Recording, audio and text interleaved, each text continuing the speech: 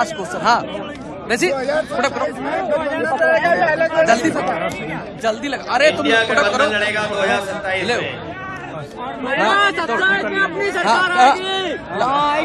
Last question करो। फट अहिरवार जी यहाँ खड़े हैं, जितेंद्र तिवारी जी यहाँ खड़े हैं। क्वेश्चन करो तुम यार। फॉर्म में है यहाँ तो लड़ाई हो रही है में आपस में। अरे हाँ वो तो बताना भूल ही गए हम। बस यही क्वेश्चन। सुना है बीजेपी में आपस में जूता चल रहा है। सुना है बीजेपी में आपस में कुछ चल रहा है, मार पिटाई भी चल रही है, एक दूसरे को नीचे दिखाने की चल रही है। हम तो कहेंगे एक को कहो एक यहाँ आ जाओ, कोई वैकेंसी होगी निकाल देंगे हम तो वैकेंसी। सर 2027 में आप अकेले नहीं गठबंधन के साथ लड़ेंगे?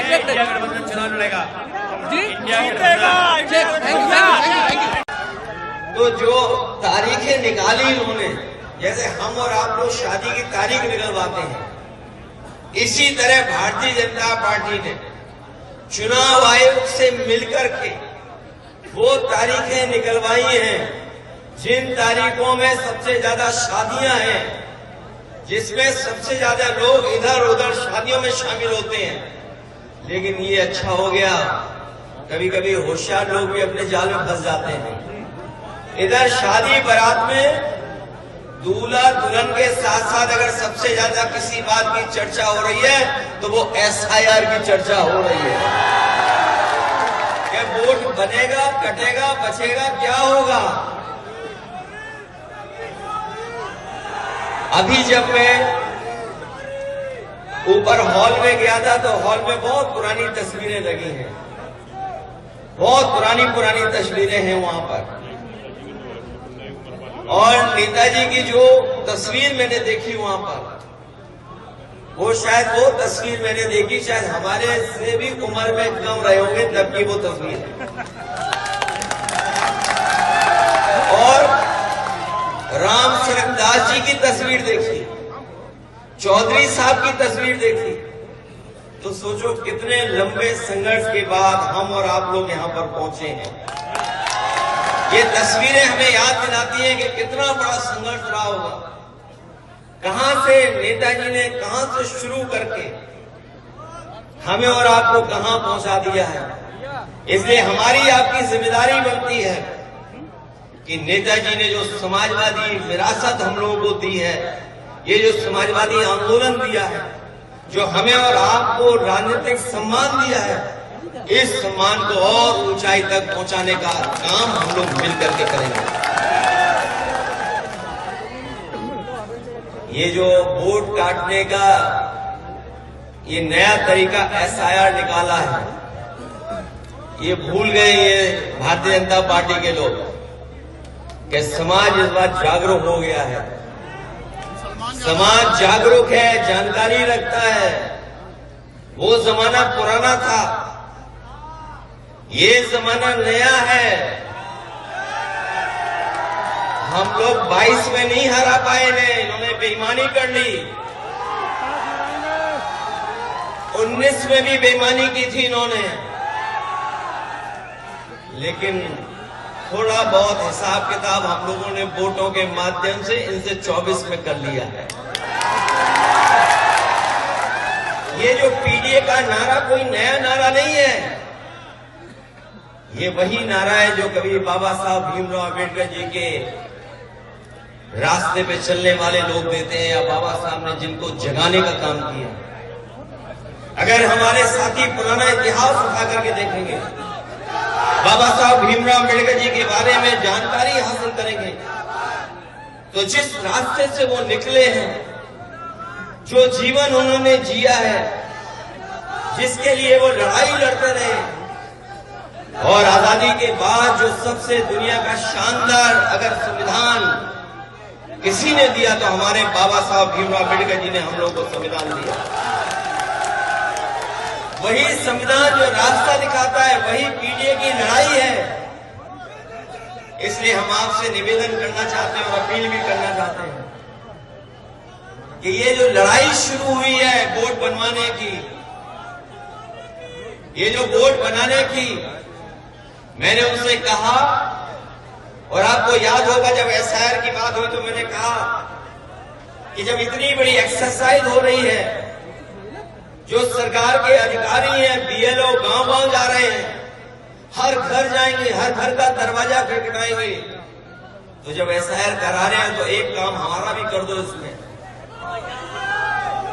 मैंने कहा कि जब हर घर जाएंगे बीएलओ, सरकारी अधिकारी लगातार मॉनिटर कर रहे हैं, लगातार जानकारी हासिल कर रहे हैं, तो मैंने कहा कि जब इतनी बड़ी एसआईआर पे एक्सरसाइज होने जा रही है तो एक एक्सरसाइज और कर दो कि जहां वोट बनवाने का काम चल रहा है, लोगों का वोट बने, वहीं हमारी जाति भी गिन लो उसके संग संग। लेकिन वो जानते हैं कि हम और आप आबादी में ज्यादा हैं, हम लोग गिनती में ज्यादा हैं, इसीलिए एसआईआर हो रहा है। क्योंकि वो जानते हैं अगर एसआईआर के साथ ये भी आंकड़े जोड़ दिए तो ये लोग 90% वोट डाल देंगे, हमारा मशीन भी कुछ नहीं कर पाएगी। इसलिए मैं आप पीडीए के लोगों से और तमाम वो पीड़ित, दुखी, अपमानित लोगों से निवेदन करने आया हूं कि आपको अपना 90% वोट डालना पड़ेगा। कितना परसेंट? बिहार में हम लोग हारे नहीं हैं, बिहार में हम लोग को हराया गया है। और क्या कहा कि महिलाओं को 10-10 हजार रुपया दे दिया है। अभी जब मैं आपके पास आया हूं तो नवादा में हमारी माताएं बहनें हजारों की संख्या में आ गई है 10,000 रुपए मांगने। वहां नवादा जिले में इकट्ठी आ गई है सब महिलाएं, वो मांग रही है कि 10,000 और 2 लाख की जो बात की थी, अब तो सरकार बन गई, दे दो हमें। इसलिए सावधान रहोगे कि नहीं रहोगे? और हमारा हिसाब किताब पक्का है। हम समाजवादियों ने, अगर आपको याद होगा, 500 रुपया महीना दे रहे थे माताओं बहनों को, और 500 रुपए देना शुरू कर दिया था हम लोगों ने। और पिछली बार 17 में कहा था कि हम बढ़ा देंगे, 19 में भी कहा बढ़ाएंगे, 22 में भी कहा बढ़ाएंगे, 24 में भी कहा बढ़ाएंगे। और अगर हम 500 रुपया बढ़ा दें तो कितना हो गया बताओ आप? 500, 1000, फिर 1500, फिर 2000, 2500। और जब 27 में चुनाव होगा तो 500 और उसका और बढ़ा दो, कितना हो गया? 3000 गुना 12 कितना हो गया? और क्योंकि बीजेपी ने दिया नहीं है, 4000 कम से कम इंटरेस्ट होगा।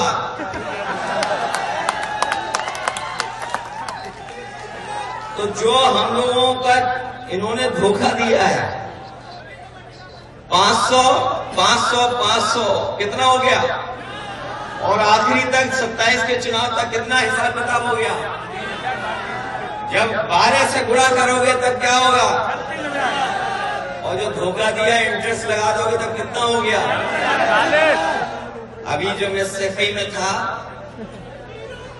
जब मैं सफाई में नेताजी का मेमोरियल देखने गया तो वहां मुझे बहुत सारी महिलाएं मिली जो बिहार के बॉर्डर और यूपी के बॉर्डर की रहने वाली मजदूर महिलाएं जो काम कर रही थी।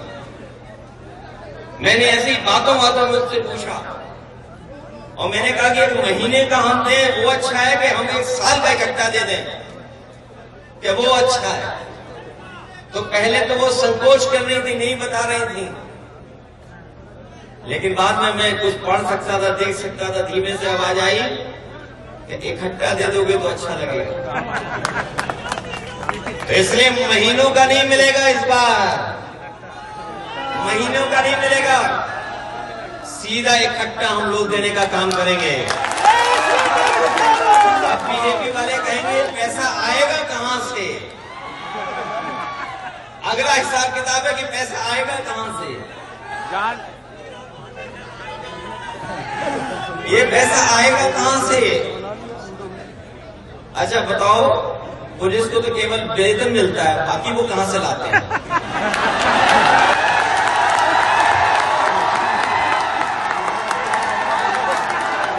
कहां से आता है बाकी? बाकी कहां से ले आते हैं ये लोग? उस हिसाब किताब को मत मानना आप लोग। इधर जब से बीजेपी की सरकार आई, हम भी बैंकों पे नजर रखते हैं कि बैंक क्या कर रही है आजकल, अखबार पढ़ते हैं। ये जो जितने बड़े बड़े लोग दिखाई दे रहे हैं आपको देश में, जितने बड़े लोग दिखाई दे रहे हैं, सब पर उधार पैसा है, सब पर उधार पैसा है। कोई बड़ा आदमी ऐसा नहीं जिन पर उधार ना हो, क्योंकि सरकार ने मदद करने का काम किया, उनका सहयोग किया है बैंकों ने। इन सरकारों के दबाव में बैंकों ने पैसा दिया है। और बैंकें क्यों देती हैं? क्योंकि उनको कारोबार करना है, इसलिए पैसा देती हैं। बैंकों को कारोबार करना है, इसलिए पैसा देती हैं। तो अगर बैंकें एक किसी उद्योगपति को, जो सामान्य उद्योगपति है, उसको ऊंचाई तक पहुंचा सकती उधार से, तो ये तो सरकार है। उधार लेकर के हम लोग 40,000 अपनी माताओं बहनों को, गरीबों को सम्मान देने की। अभी एक दिन हमारे मुख्यमंत्री जी ने कहा कि 3 बंदर हैं गांधी जी के, वो देखा होगा आपने, उसके बाद दोबारा नहीं बोला उन्होंने। एक बार उन्होंने क्या कहा कि गांधी जी के 3 बंदर।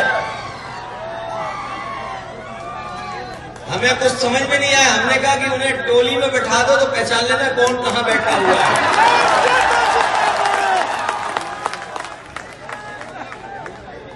इधर मैं एक दिन टीवी देख रहा था, मैंने 10 बजे सुबह टीवी ऑन किया, तो मैंने देखा कि हमारे सरकार के लोग बहुत सीरियस होकर टीवी देख रहे थे, बहुत सीरियस होकर टीवी देख रहे थे। क्योंकि अक्सर हम लोग वॉल्यूम बंद रखते हैं, तो थोड़ी देर बाद मैंने उसका वॉल्यूम बढ़ाया थोड़ा सा, और जैसे ही वॉल्यूम बढ़ाया तो पता लगा वो अंग्रेजी में बोला जा रहा था, वो सुन रहे थे, वो भी सीरियस होकर के। अब वो क्या कह रहे हैं? इधर अखबार आपने पढ़ा कि नहीं पढ़ा, बताओ आपने? अखबार शायद नहीं पढ़ा होगा आपने। अभी मैं अखबार पढ़ रहा था। ऐसे नहीं बोलो, ऐसा नहीं बोलो। हम समाजवादी लोग हैं, कोई भी अनपार्लियामेंट्री शब्द इस्तेमाल नहीं करेंगे। चोर अनपार्लियामेंट्री शब्द है।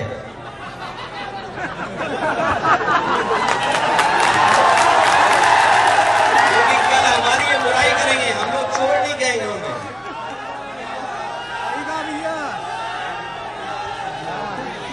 अभी मैं सुन रहा था, देख रहा था, मैं अखबार पढ़ा, मैंने अखबार सुबह अखबार मैंने पढ़ा, तो हमारे मुख्यमंत्री जी कह रहे हैं कि उत्तर प्रदेश में पहले 1 डिस्ट्रिक्ट 1 माफिया चलता था। बताओ कौन बोल रहा था ये बात?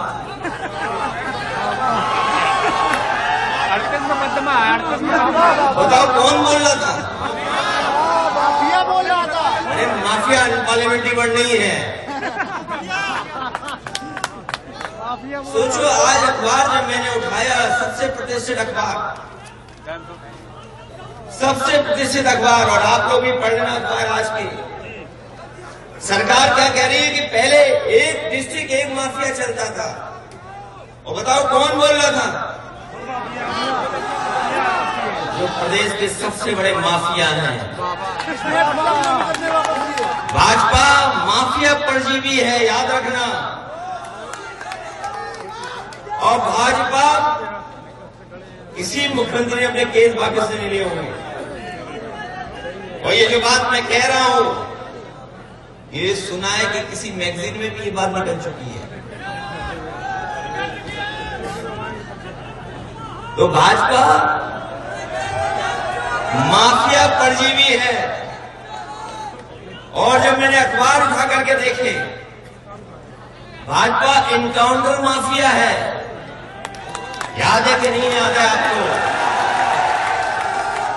यहीं पर एक नौजवान झांसी में केवल पुलिस से कोई बात हो गई थी, याद है आपको? उसको अगर किसी ने मारा था तो यहीं की सरकार ने मारा था। और मुझे आज भी याद है उसकी पत्नी ने संकल्प लिया था कि जब तक सजा नहीं मिलेगी, अगर सजा नहीं मिलेगी तो हम आत्महत्या कर लेंगे, और परिणाम ये हुआ कि उसे आत्महत्या करनी पड़ी। ये इनकाउंटर माफिया हैं और ये कफ सिरप माफिया भी हैं, नीट माफिया भी हैं और पेपर आउट माफिया भी हैं और स्क्रैप माफिया जैसे माफियाओं के नए लेटेस्ट वर्जन भी आ गए हैं। स्क्रैप माफिया, पत्रकार समझ गए कि नहीं समझे? स्क्रैप माफिया न्यू वर्जन है, ये माफियाओं का न्यू वर्जन है। तो कौन कौन से माफिया हैं? Fake encounter mafia, cough syrup mafia, NEET mafia, paper out mafia और नए हैं स्क्रैप माफिया। पत्रकार तो समझ गए होंगे। अगर उन्हें भी एक्सप्लेन करना पड़े तो वो पत्रकार काहे के हैं? वैसे भी कानपुर वालों के कान बहुत तेज होते हैं,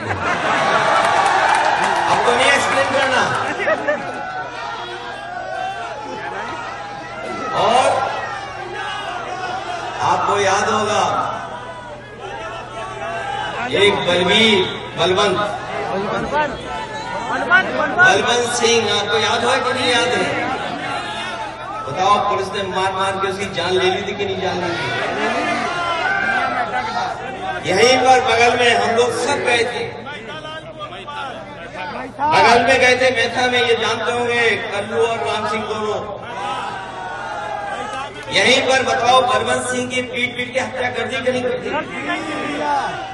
और तब मैं उनके घर गया था जब उनके परिवार के लोगों ने पत्र लिखा था, और उससे पहले भी उन्हीं के समाज के लोग हमें कहां से फोन कर रहे थे। कोई ऑस्ट्रेलिया से फोन कर रहा था, कोई बाहर से फोन कर रहा था, और वो कह रहे थे कि हम भाजपा के हैं, हमने भाजपा की मदद की है, लेकिन भाजपा की सरकार में न्याय नहीं मिल सकता। मैंने कहा लोग कहेंगे कि मैं भाजपा के घर में जा रहा हूं, जिनका इनकाउंटर हुआ या मारे गए। बोले नहीं, आप विपक्षी पार्टी के नेता हैं, आपको जाना चाहिए और परिवार को न्याय दिलाना चाहिए। अगर सरकार में न्याय नहीं मिला है, मैं उस परिवार को भरोसा दिलाता हूं, जब कभी समाजवादी सरकार आएगी, उस परिवार को, बलवंत सिंह के लोग को जिन्होंने हत्या की है, उनको न्याय दिलाने का काम हम लोग करेंगे। शायद हमारे साथियों को वो बुलडोजर याद होगा, वो बुलडोजर याद है कि नहीं याद है? वो बुलडोजर जिसने मां और बेटी की जान ले ली, जल करके उनकी मृत्यु हो गई। याद है कि नहीं याद है आपको? और विकास दुबे की गाड़ी पलटना,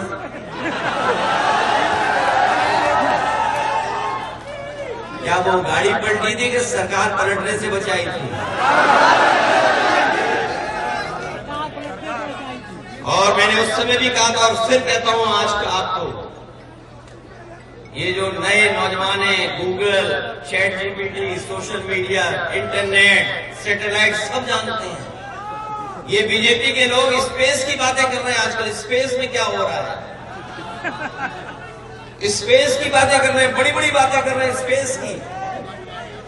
चाहे हमें अमेरिका का साथ लेना पड़े, वहां के टेक्नोलॉजी के लिए कोई भी पैसा खर्च करना पड़े, हम लोग खर्च करेंगे और उस टेक्नोलॉजी से पता करेंगे कि गाड़ी पलटाने वाले लोग कौन थे। गाड़ी किसने पलटाई? बताओ, विकास दुबे की गाड़ी किसने पलटाई? और अभी तो विकास दुबे भूले गांव और एक और दुबे जी आ गए हमारे महाराष्ट्र। बताइए, एक अपराधी को या वकील के लिए या हम क्यों कहें अपराधी? बीजेपी वाले कहते हैं, हम तो नहीं कहेंगे, हम तो जान बचाने के लिए। ये अमिताभ खड़े होंगे, बताओ विधानसभा में उठाया था जान बचाने के लिए।